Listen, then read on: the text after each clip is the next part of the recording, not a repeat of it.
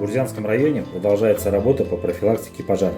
Так, 25 января в селе Саргая Кулганинского сельсовета инструкторами службы профилактики пожаров Госкомитета Республики по чрезвычайным ситуациям совместно с главой сельского поселения был проведен подворовой обход граждан, наиболее подверженных риску возникновения пожаров. Проводились разъяснительные беседы по пожарной безопасности, раздавались памятки и рекомендации.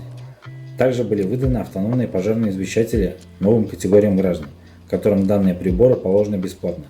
Это дети войны, ветераны боевых действий и инвалиды боевых действий. В настоящий момент, согласно указу главы Республики Башкортостан, выдача бесплатных пожарных извещателей осуществляется 12 категориям граждан. Узнать более подробную информацию, а также оставить заявку на получение пожарного извещателя можно на сайте Госкомитета Республики ПЧС, также по телефону 8 347 272 0024 или в администрациях сельских поселений.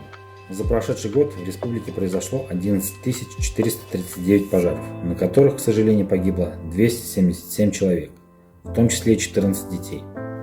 В Бурзянском районе огонь забрал жизни 2 человек. Основные причины пожаров, повлекших гибель людей, каждый год остаются неизменными.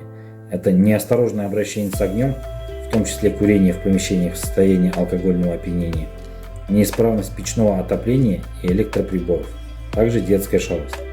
Автономный дымовой пожарный извещатель – это эффективное средство, которое на ранней стадии обнаружит возгорание и подаст громкий звуковой сигнал.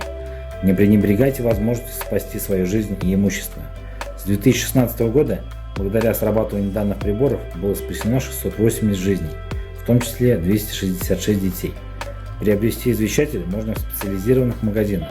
Их средняя цена составляет 300-500 рублей. Так что не поддавайтесь на уловки мошенников и не покупайте их по завышенным ценам.